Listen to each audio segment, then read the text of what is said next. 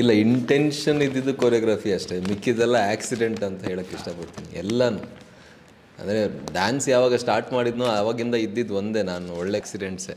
ಅಂದರೆ ಆ್ಯಂಕರ್ ಆದೆ, ಅಲ್ಲಿಂದ ಆರ್ ಜೆ ಆದೆ, ಅಲ್ಲಿಂದ ಸೀರಿಯಲ್ಗೆ ಹೋದೆ, ಅಲ್ಲಿಂದ ಫಿಲ್ಮಿಗೆ ಬಂದು ಡೈರೆಕ್ಟರ್ ಆಗಬೇಕು ಅಂತ ಇದ್ದಿದ್ದು. ಆಮೇಲೆ ಇದೊಂದು ಕಂಟಿನ್ಯೂಸ್ ಆಗಿ ಆಯ್ತಲ್ಲ ಅಂತ ಹೇಳಿದಾಗ ಈ ರೋಲಿಗೆ ಬಂದಿರೋದು. ಬಟ್ ತುಂಬ ಖುಷಿ ಇದೆ. ಒಂದಷ್ಟು ಸ್ಟ್ರಗಲ್ ಆಗಿ ದಿಯಾನೋ ಫಿಲ್ಮ್ ಬಂದ ಮೇಲೆ ಒಳ್ಳೆ ರಿಸೆಪ್ಷನ್ ಸಿಗ್ತಾಯಿದೆ. ಇನ್ನೊಂದು ಏನಂದರೆ, ವಿಭಿನ್ನವಾದ ಪಾತ್ರಗಳಿಗೆ ನನ್ನನ್ನು ಕೆಲವು ತುಂಬ ಜನ ಡೈರೆಕ್ಟರ್ಸ್ಗಳು ನಿಮಗೋಸ್ಕರ ಬರಿತಿದ್ದೀನಿ ಅಂತ ಹೇಳೋದು ಅದು ತುಂಬ ಖುಷಿಯ ವಿಷಯ. ಅದರಲ್ಲಿ ಒಂದು ದೂರದರ್ಶನ, ನಾನು ಮದುವೆ ಆದರೆ ಮೈತ್ರಿನ ಮಾತ್ರ ಅಂತ ಪಟ್ಟು ಹಿಡಿದು ಕೂತ್ಕೊಂಡ್ಬಿಡ್ತೀನಿ. ಈ ಪಾತ್ರ ನೀವೇ ಮಾಡಬೇಕು ಅಂತ ಸುಖೇಶಣ್ಣ ಹೇಳಿದಾಗ ನಾನು ಒಂದಷ್ಟು ತಯಾರಿ ಮಾಡಿ, ಒಂಥರ ಖುಷಿಯಲ್ಲ, ಒಂದು ಬೇರೆ ಬೇರೆ ಆಯಾಮ ಇರುವಂತಹ ಪಾತ್ರಗಳು ಹುಡುಕಿ ಬರುವಾಗ ಖುಷಿ ಆಗ್ತದೆ. ಈಗ ದಿಯಾ ಆದಮೇಲೆ ಶುಗರ್ಲೆಸ್, ಅದು ಬೇರೆಯೇ ಪಾತ್ರ. ಬೈರಾಗಿಲು ಬೇರೆಯೇ ಆಯಾಮ ಇರುವಂಥ ಪಾತ್ರ. ಇದರಲ್ಲಿ ಮನು ಅನ್ನುವಂಥ ಪಾತ್ರ ಮಾಡಿರುವಂಥ ಯಾವ ಪಾತ್ರದೊಂದು ಒಂದು ಚಿಕ್ಕ ಶೇಡು ಸಿಗದ ಹಾಗೆ ಇವರು ಮಾಡಿದ್ದಾರೆ ಸುಖೇಶ್ ಅವರು. ಸೊ ಹಾಗಾಗಿ ಖುಷಿ ಇದೆ. ಅಂದರೆ ಬೇರೆ ಬೇರೆ ಪಾತ್ರಗಳು, ಬೇರೆ ಬೇರೆ ಡೈಮೆನ್ಷನ್ ಇರುವಂಥ ಪಾತ್ರಗಳು ಹುಡುಕಿ ಬರ್ತಾ ಇರೋದು ಖುಷಿ ಇದೆ. ಸೊ ಹಾಗಾಗಿ ಅದೂ ಇದೆ. ಕೊರಿಯೋಗ್ರಫಿ, ಡ್ಯಾನ್ಸು ಮಾಡಬೇಕು, ತೋರಿಸ್ಬೇಕು. ಎಲ್ಲಿ ಇದರಲ್ಲೆಲ್ಲ ಸಿಕ್ಕಿಲ್ಲ ನನಗೆ, ಡ್ಯಾನ್ಸ್ ಮಾಡಲಿಕ್ಕೆಲ್ಲ ಬಿಟ್ಟಿಲ್ಲ. ಮಾಡೋಣ ಅಂತ ಕೇಳಿದೆ, ಸೂಟೇ ಆಗಲ್ಲ ಅಂತ ಹೇಳಿದ್ರು. ಹಾಗಾಗಿ ಅದೆಲ್ಲ ಎರಡೂ ಇದೆ.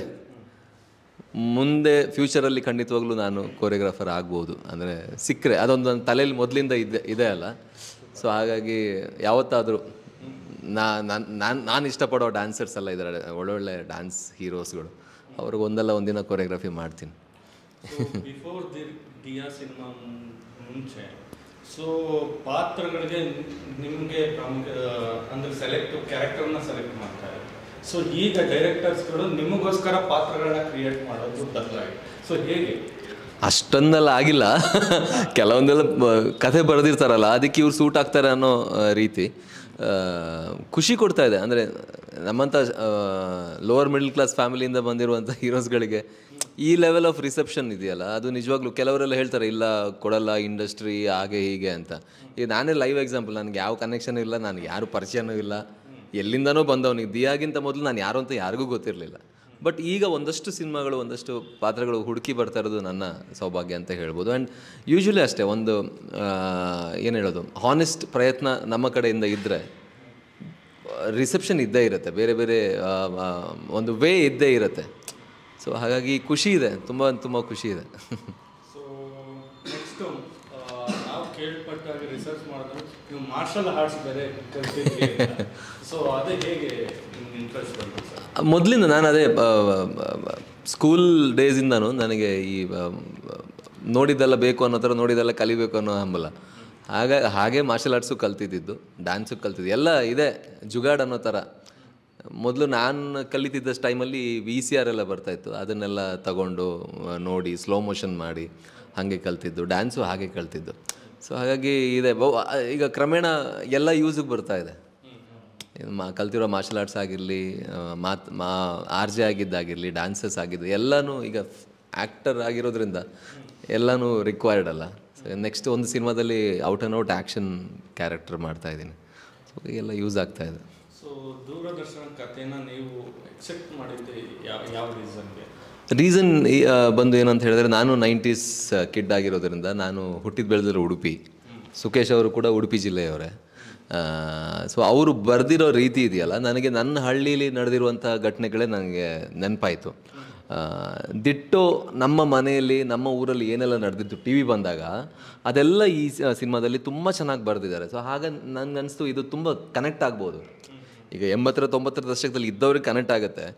2000 ಮೇಲೆ ಇದ್ದ ಹುಟ್ಟಿರೋರಿಗೆ ಆಗಿನ ಕಾಲ ಪ್ರೀ ಟೆಕ್ನಾಲಜಿ, ಚಿಕ್ಕ ಪೆಟ್ಟಿಗೆ, ಅಂದರೆ ಮೊಬೈಲ್ ಬರೋ ಮೊದಲು ದೊಡ್ಡ ಪೆಟ್ಟಿಗೆ ಬಂದಾಗ ಯಾವ ರೀತಿ ಇತ್ತು, ಅದೆಷ್ಟು ಈಗ ಟಿ ವಿ ಅಂದರೆ ಯಾರಿಗೂ ಅಷ್ಟು ಟಿ ವಿ ಅಂತಾರೆ. ಬಟ್ ಆಗಿನ ಕಾಲದ ಟಿ ವಿ ಅಂದರೆ ತುಂಬ ದೊಡ್ಡ ವಿಷಯ. ಆ್ಯಂಡ್ ಮನೇಲಿ ಟಿ ವಿ ಇದ್ರೆ ಅದು ತುಂಬ ದೊಡ್ಡ ಗೌರವ. ಕಾರ್ಗಿಂತನೂ ಅವ್ರ ಮನೇಲಿ ಟಿ ವಿ ಇದೆ, ಕಲರ್ ಟಿ ವಿ ಇದೆ ಅಂದರೆ ತುಂಬ ದೊಡ್ಡ ವಿಷಯ. ಮನೇಲಿ ಒಂದು 20-30 ಜನ, ಅಂದರೆ ಇಡೀ ಊರವ್ರು ಬಂದು ಸೇರೋರು ಒಂದು ಪರ್ಟಿಕ್ಯುಲರ್ ಕಾರ್ಯಕ್ರಮಕ್ಕೆ. ಸೊ ಅದನ್ನು ಇವರು ತುಂಬ ಚೆನ್ನಾಗಿ ಬರೆದಿದ್ರು. ಸ್ಕ್ರೀನ್ ಪ್ಲೇ ಮೂಲಕ ಅವ್ರು ನರೇಟ್ ಮಾಡಿದಾಗ ನನಗೆ ತುಂಬ ಖುಷಿಯಾಯಿತು. ಮಾಡೋಣ ಅಂತ ಹೇಳಿದೆ. ಒಂದಷ್ಟು ಸಮಯದಲ್ಲಿ ಸಿನಿಮಾನೇ ಸ್ಟಾರ್ಟ್ ಆಯಿತು, ಕಂಪ್ಲೀಟ್ ಆಯಿತು, ಇವಾಗ ರಿಲೀಸ್ಗೆ ಬಂದಿದೆ. ಹಾಗಾಗಿ ನನಗೆ ಸ್ಪೆಷಲಿ ಕನೆಕ್ಟ್ ಆಗಿರೋ ಸಿನಿಮಾ ಆಗಿರೋದ್ರಿಂದ ನಾನು ಮಾಡೋಣ ಇದು. ಆಮೇಲೆ ಸ್ಪೆಷಲಿ ನಾನು ಓದ್ತೀನಿ ಬುಕ್ಸ್ಗಳು. ನನಗೆ ಯೂಶ್ವಲಿ ನನ್ನ ಅನಿಸಿಕೆ ಯಾವುದೇ ಒಂದು ಸಿನಿಮಾ ಒಬ್ಬ ನೋಡುಗಣ ಈಗಿನ ರಿಯಾಲಿಟಿ ಏನಿದೆ, ಅವನ ಲೈಫ್ ರಿಯಾಲಿಟಿ ಏನಿದೆ, ಅದರಿಂದ ಹೊರಗೆ ಕರ್ಕೊಂಡು ಹೋಗಿ ಅವ್ರೇನು ಕಟ್ಕೊಟ್ಟಿದ್ದಾರೆ ಆ ರಿಯಾಲಿಟಿಯಲ್ಲಿ ಜೀವಿಸೋ ಥರ ಮಾಡಬೇಕು. ಅದು ಬುಕ್ ಯೂಶ್ವಲಿ ಬುಕ್ ಓದಿದಾಗ ನಾವು ಆ ವರ್ಲ್ಡಿಗೆ ಹೋಗ್ತೀವಿ. ಯಾವುದೋ ಒಂದು ಕಾದಂಬರಿ ಓದಿದಾಗ ಆ ಕಾದಂಬರಿಯ ಪ್ರಪಂಚಕ್ಕೆ ನಾವು ಹೋಗ್ತೀವಿ. ಈ ಸಿನಿಮಾ ಹಾಗೆ ನೀವು ವಾಪಸ್ ಬಂದಮೇಲೆ ಯಾವುದೊಂದು ಕಾದಂಬರಿ ಓದಿದ್ದೀರಾ, ಒಂದು ಆ ಥರ ಫೀಲ್ ಈ ಸಿನಿಮಾ ಖಂಡಿತವಾಗ್ಲೂ ಕೊಡುತ್ತೆ. ಹಾಗಾಗಿ ಒಪ್ಪಿರೋದು. ಅವ್ರನ್ನೇ ಈ ಕ್ಯಾರೆಕ್ಟರ್ಗೆ ಏನಕ್ಕೆ ಸೆಲೆಕ್ಟ್ ಮಾಡಿದ್ರೆ? ಯಾಕೆ ಕಡಿಮೆಗೆ ಬರ್ತದೆ.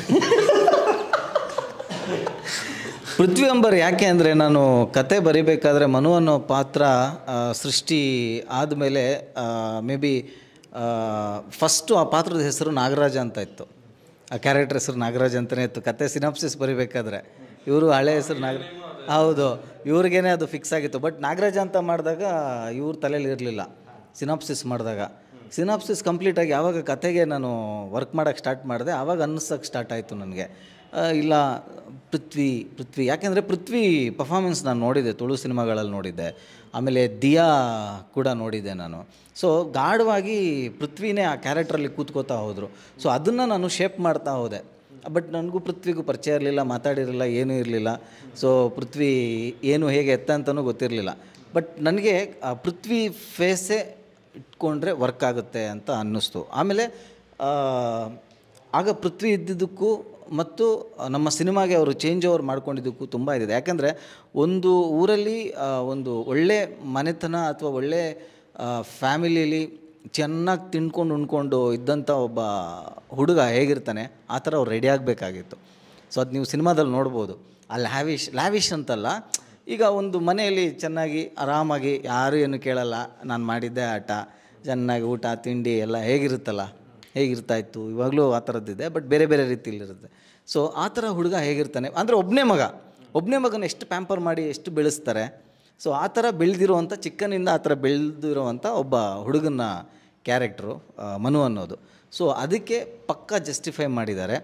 ನಾನು ಏನು ಬರೆದಿದ್ದೀನಿ ಅಥವಾ ನಾನು ಏನು ಅಂದ್ಕೊಂಡಿದ್ದೀನಿ ಅದಕ್ಕಿಂತ ಇನ್ನೊಂದು 10 ಪಟ್ಟು ಎಕ್ಸ್ಟ್ರಾ ಅವರ ಪರ್ಫಾರ್ಮೆನ್ಸಲ್ಲಿ ನೀವು ನೋಡ್ಬೋದು.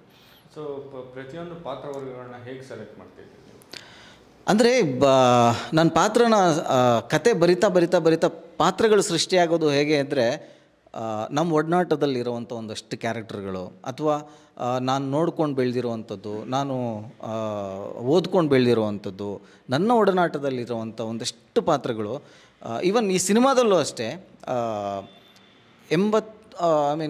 ನಾನು ಊರಲ್ಲಿ ನೋಡುವಂಥ ಒಂದಷ್ಟು ಪಾತ್ರಗಳನ್ನು ಇಲ್ಲಿ ತಂದಿದ್ದೀನಿ. ಅಥವಾ ನಾನು ತುಂಬ ಒಡನಾಟದಲ್ಲಿದ್ದಂಥ ಒಂದಷ್ಟು ಪಾತ್ರಗಳನ್ನು ಇಲ್ಲಿ ತಂದಿದ್ದೀನಿ. ಸಿನಿಮ್ಯಾಟಿಕ್ಗೆ ಬೇಕಾಗಿರುವಂಥ ಒಂದಷ್ಟು ಲಿಬರ್ಟಿ ತೊಗೊಂಡು ಏನೇನು ಚೇಂಜಸ್ ಮಾಡಬೇಕು, ಏನೆಲ್ಲ ಇದು ಮಾಡಬೇಕು, ಕ್ರಿಯೇಟ್ ಮಾಡಬೇಕು, ಇದನ್ನೆಲ್ಲ ಮಾಡ್ತಾ ಪಾತ್ರಗಳು ಸೃಷ್ಟಿ ಆಗಿದ್ದು ಹಾಗೇ. ಒಂದೊಂದು ಪಾತ್ರಕ್ಕೂ ಒಂದು ವಿಶೇಷತೆ ಇರಲೇಬೇಕಾಗುತ್ತೆ. ಸೊ ಸೃಷ್ಟಿ ಆದಮೇಲೆ ಆಯಾಯ ಪಾತ್ರಗಳಿಗೆ ಅವರವರೇ ಬಂದು ಕೂತ್ಕೋತಾ ಹೋಗ್ತಾರೆ. ಸೊ ಒಂದು ಸಣ್ಣ ಅಪ್ರೋಚ್ ಇಮಿಡಿಯೇಟಾಗಿ ಅದು ಓಕೆ ಆಗುತ್ತೆ. ಸೊ ಸೂರಜ್ ಆಗಲಿ, ಸುಂದರ್ ಆಗಲಿ, ಹರಿಣಿ ಮ್ಯಾಮ್ ಆಗಲಿ, ಉಗ್ರಂ ಮಂಜು ಆಗಲಿ, ಸೊ ಅವರೆಲ್ಲ ಆ ಪಾತ್ರಕ್ಕೆ ತಂತಾನೇ ಬಂದು ಫಿಟ್ ಆಗ್ತಾ ಹೋಗ್ತಾರೆ. ಪಾತ್ರ ಹೇಗಿದೆ ಈ ಸಿನಿಮಾದಲ್ಲಿ? ಚೆನ್ನಾಗಿ ಬೇರೆ ಸಿನಿಮಾಗಿಂತ ಏನು ಡಿಫ್ರೆಂಟಾಗಿ ಮಾಡಿದೆ? ಡಿಫ್ರೆಂಟ್ ಅಂದರೆ ಅದೇ ಪೃಥ್ವಣ್ಣಂದು ಫ್ರೆಂಡ್ ಕ್ಯಾರೆಕ್ಟ್ರು. ಅದೇ ಅವ್ರು ಏನು ಹೇಳಿದರು ಅಂದರೆ, ಊರಲ್ಲಿ ಒಬ್ಬ ಇರ್ತಾನೆ, ನಮ್ಮ ಫ್ರೆಂಡ್ ಸರ್ಕಲ್ ಏನಿರುತ್ತೆ ಸೊ ಆ ಥರನೇ ಅವ್ರ ಫ್ರೆಂಡ್ ಸರ್ಕಲ್ ಏನಿದೆ ಆ ಸರ್ಕಲ್ ನಾನೊಬ್ಬ ಫ್ರೆಂಡ್ ಕ್ಯಾರೆಕ್ಟರ್ ಮಾಡಿದ್ದೀನಿ. ಒಂದು ಚಹಾ ಅಂಗಡಿ ನಂದು, ಪಪ್ಪನಲ್ಲಿ ಇರುತ್ತೆ, ಗಜಾನನ ಕ್ಯಾಂಟೀನ್. ಸೊ ಆ ಕ್ಯಾಂಟೀನ್ ನಂದು. ಸೊ ಇವರೆಲ್ಲ ನನ್ನ ಕ್ಯಾಂಟೀನಿಗೆ ಬಂದು ಅಡ್ಡ ಇರುತ್ತೆ ನೋಡಿ ಒಂದು ಊರಲ್ಲಿ. ಸೊ ಅಡ್ಡ ನನ್ನ ಕ್ಯಾಂಟೀನ್ ಇರುತ್ತೆ. ಸೊ ಇವರೆಲ್ಲ ನನ್ನ ಕ್ಯಾಂಟೀನಿಗೆ ಬರ್ತಾರೆ. ಅದೇ ಈ ಸಿನಿಮಾದಲ್ಲಿ ನನ್ನೊಂದು ಗೋಳಿ ಬಜೆ ತುಂಬ ಫೇಮಸ್, ಅದು ನೀವು ನೋಡಲೇಬೇಕು.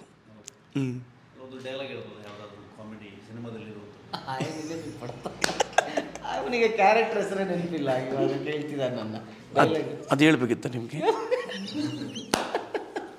ಯಾವುದು ನೆನಪಿದೆಯಾ ಡೈಲಾಗ್? ಯಾವುದಾದ್ರು ಡೈಲಾಗ್? ಅದು ಗೋಲಿ ಬಜೆದು, ಅದು ನೀವು ನೋಡಬೇಕು, ಅದು ಹೇಳೋದಕ್ಕಿಂತ ನೀವು ನೋಡಿ ಅದನ್ನ. ಹೌದು, ಅದು ಗೋಲಿ ಬಜೆ ಆಗ್ಬೋದು, ಕಲ್ತಪ್ಪ ಆಗ್ಬೋದು. ಒಂದು ಡೈಲಾಗ್ ಹೇಳಿ. ಓಕೆ, ಈಗ ನಿರ್ದೇಶಕರೇ ಇವರು ಬಂದಿಲ್ಲ, ನಾಯಕ ನಟಿ ಬಂದಿಲ್ಲ, ಅವರ ಪಾತ್ರ ಏನು, ಪಾತ್ರದ ಹೆಸರೇನು, ಇಡೀ ಕತೆಗೆ ನಾಯಕ ನಟಿ ಏನು ಹೇಗೆ ಇಂಪಾರ್ಟೆಂಟ್ ಆಗಿದ್ದಾರೆ ಅಂತ ಸ್ವಲ್ಪ ಎಕ್ಸ್ಪ್ಲೇನ್ ಮಾಡ್ಬೋದು. ಎಸ್, ಮೈತ್ರಿ ಅನ್ನೋ ಒಂದು ಕ್ಯಾರೆಕ್ಟರ್. ಮೈತ್ರಿ ಅನ್ನೋ ಕ್ಯಾರೆಕ್ಟ್ರಿಗೆ ಸೆಲೆಕ್ಟ್ ಮಾಡಬೇಕಾದ್ರೆ ನಾವು ಒಂದಷ್ಟು ಆಡಿಷನ್ಗಳು ಮಾಡಿದ್ವಿ. ವರ್ಕ್ ಆಗ್ತಾ ಇರಲಿಲ್ಲ. ಯಾಕೆ ಅಂದರೆ ಪರ್ಟಿಕ್ಯುಲರ್ ಆಗಿ ಇನ್ನೋಸೆನ್ಸ್ ಬೇಕಿತ್ತು, ಫೇಸಲ್ಲಿ ಒಂದು ಕ್ಯೂಟ್ನೆಸ್ ಬೇಕಿತ್ತು. ಈಸಿಯಾಗಿ ಆಡಿಯನ್ಸ್ ಕೂಡ ಅಕ್ಸೆಪ್ಟ್ ಮಾಡಬೇಕಾಗತ್ತೆ. ಒಂದು female lead and male lead ಅಂತ ಬಂದಾಗ ಆಡಿಯನ್ಸ್ ಇಮಿಡಿಯೇಟಾಗಿ ಅಕ್ಸೆಪ್ಟ್ ಮಾಡಬೇಕು. ಅವರ ಬಾಡಿ ಲ್ಯಾಂಗ್ವೇಜ್ ಅಥವಾ ಅವರ ಲುಕ್ಕು, ಅವರ ಸ್ಟೈಲು, ಅವ್ರನ್ನ ನಾವು ಹೇಗೆ ಪ್ರೊಜೆಕ್ಟ್ ಮಾಡಬೇಕು ಅಂದ್ಕೊಂಡಿದ್ದೀವಿ, ಆಡಿಯನ್ಸ್ ಅಕ್ಸೆಪ್ಟ್ ಮಾಡಿಲ್ಲ ಅಂದರೆ ವರ್ಕ್ ಆಗೋಲ್ಲ. ಸೊ ಅದೊಂದು ನನ್ನ ತಲೆಯಲ್ಲಿ ತುಂಬ ಚೆನ್ನಾಗಿತ್ತು. ಸೊ ಅದಕ್ಕೆ ಬೇಕಾಗಿರುವಂಥ ಫೇಸ್ ಕಟ್ ಆಗಲಿ, ಆಮೇಲೆ ಒಂದು ಫ್ರೆಶ್ ಫೀಲ್ ಬೇಕಿತ್ತು. ಲುಕ್ಕಲ್ಲಿ, ಎಕ್ಸ್ಪ್ರೆಷನ್ಸಲ್ಲಿ ಒಂದು ಫ್ರೆಶ್ ಫೀಲ್ ತರಲೇಬೇಕಾಗಿತ್ತು. ಯಾಕೆಂದರೆ ಒಂದು ಊರಲ್ಲಿರುವಂಥ ಒಂದು ಹುಡುಗಿಯ ಜೀವನದ ಇನ್ ಆ್ಯಂಡ್ ಔಟ್. ಅವಳು ಎಲ್ಲ ಪಾತ್ರಗಳ ಜೊತೆಗೆ ಟ್ರಾವೆಲ್ ಮಾಡ್ತಾ ಹೋಗ್ತಾಳೆ. ಸೊ ಫಸ್ಟಿಗೆ ಅಯಾನ ಸೆಲೆಕ್ಟ್ ಆಗಿರಲಿಲ್ಲ. ಒಂದಷ್ಟು ರಿಜೆಕ್ಟೆಡ್ ಇದ್ರುಗಳಲ್ಲಿ ಅಯಾನ ಇದ್ದರು. ಸೊ ಅದಾದಮೇಲೆ ಯಾರು ವರ್ಕ್ ಆಗ್ತಿಲ್ಲ ಅಂದಾಗ ಮತ್ತೆ ಚೆಕ್ ಮಾಡ್ತಾ ಹೋದಾಗ ಓಕೆ, ಅಟ್ಲೀಸ್ಟ್ ಅಪಿಯರೆನ್ಸ್ ಏನು ಬೇಕು ಅದಿದೆ. ಸೊ ವರ್ಕ್ಶಾಪ್ ಮಾಡಿ ಏನೇನು ಬೇಕು, ಏನೇನು ಅದನ್ನು ತೆಗೆಸ್ಕೊಂಡು ನೀಟಾಗಿ ಪ್ಲ್ಯಾನ್ ಮಾಡಿಕೊಂಡು ಹೋಗೋಣ ಅಂತ ವಿ ಡಿಸೈಡೆಡ್. ಕಣ್ಣು ಕಣ್ಣು ಕಾದಾಡುತ್ತಾ ಇರಲಿ. ಓಕೆ, ಆಮೇಲೆ ಈಗ ಒಳ್ಳೆ ಸಿನಿಮಾ ಮಾಡಿದ್ರಿ, ಒಳ್ಳೆ ಕಂಟೆಂಟ್ ಸಿನಿಮಾ, ಕ್ವಾಲಿಟಿಯಾಗಿ ಮಾಡಿದ್ರಿ, ಟ್ರೈಲರ್ ಚೆನ್ನಾಗಿದೆ, ಎಲ್ಲ ಚೆನ್ನಾಗಿದೆ. ಬಿಸ್ನೆಸ್ ಪಾರ್ಟ್ ಬರೋದಾದರೆ ಟಿ ವಿ ರೈಟ್ಸ್ ಆಗಿದೆ, OTT ಆಗಿದೆ, ಬಿಸ್ನೆಸ್ ಏನಾಗಿದೆ? ಇದೆಲ್ಲ ಆಲ್ಮೋಸ್ಟ್ ಡಿಸ್ಕಷನ್ ಆಲ್ಮೋಸ್ಟ್ ನಮ್ಮ ಪ್ರೊಡ್ಯೂಸರ್ ಎಲ್ಲ ಕಂಪ್ಲೀಟ್ ಮಾಡಿದ್ದಾರೆ ಅಂತ ಅಂದ್ಕೊಂಡಿದ್ದೀನಿ. So it's going on.